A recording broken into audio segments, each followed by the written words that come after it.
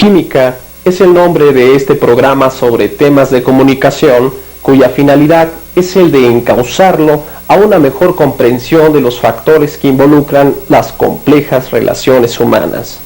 Empecemos por saber qué es la química. Según el diccionario, nos dice que es la ciencia que trata de la composición de los elementos y sus interacciones. Una definición sencilla, ¿verdad? Pero se preguntarán, ¿qué relación tiene la química con el tema que estamos tratando? La hay y mucha, y no desde su interpretación estricta, sino más bien desde su sentido figurado. Veamos un ejemplo. El agua es el líquido vital, recurso invaluable para la existencia de los seres vivos.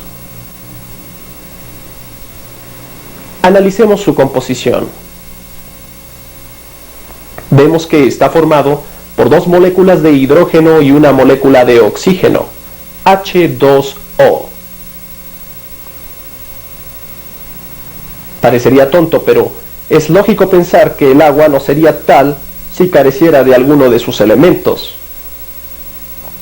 ¿Qué sucedería si le quitáramos la molécula de oxígeno al agua? Tendríamos solamente hidrógeno. Y esto ya no sería agua. ¿Y qué pasaría si en vez de quitarle esa molécula de oxígeno le agregáramos otra molécula? Nos daría como resultado H2O2, agua oxigenada. Sustancia que se utiliza frecuentemente en el tratamiento de heridas.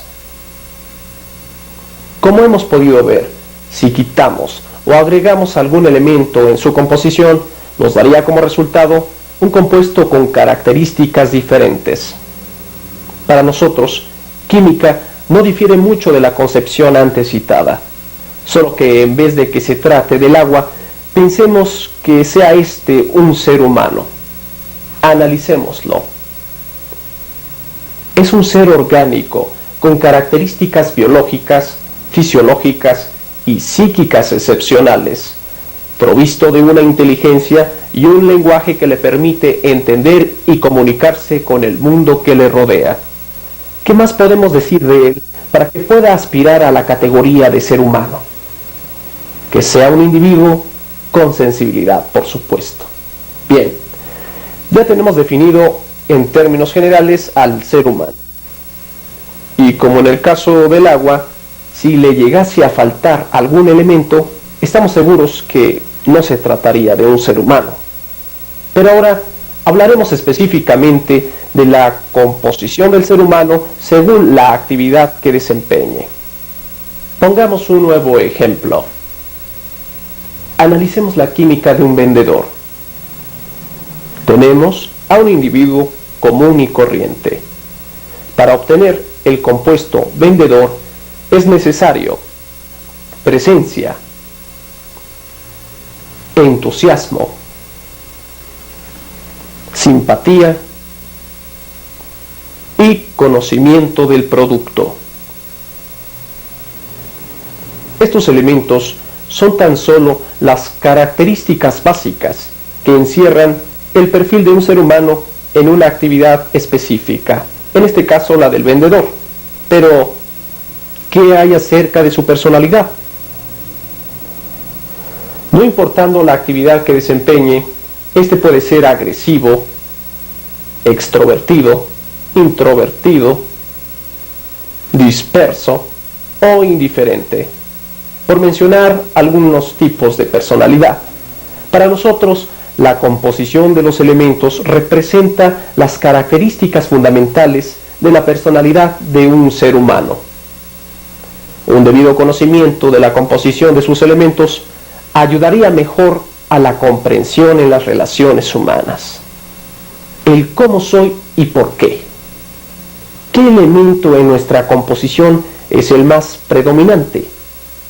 Un autoanálisis crítico sería el punto de partida para lograr superar las grandes resistencias que impiden el libre desenvolvimiento con la sociedad. Bien, hasta aquí hemos aclarado la primera parte de la definición de química. Respecto al apartado de la composición de los elementos. Pero, ¿qué hay respecto de las interacciones? Interacción. Entendemos por interacción a la acción que se ejerce recíprocamente entre dos o más sujetos. Pongamos otro ejemplo. Si tenemos por un lado nitrato de potasa y por el otro azufre y carbón, ¿qué ocurre si los interactuamos? Tendríamos pólvora. Y si a este compuesto le agregáramos calor, ahora, ¿qué pasaría si tenemos, por un lado, a un individuo cuyos elementos predominantes son la tensión y el impulso, y por el otro lado, la impasibilidad y la agresividad? Estamos completamente seguros de que tendríamos otro tipo de pólvora. Y si a esto le agregamos una conversación que crea polémica,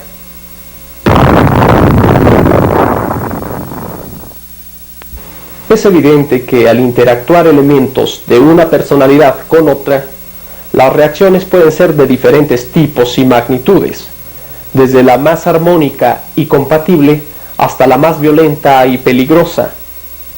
El conocer la química, tanto de nuestro interlocutor como la propia, daría mejores resultados en el trato con los demás.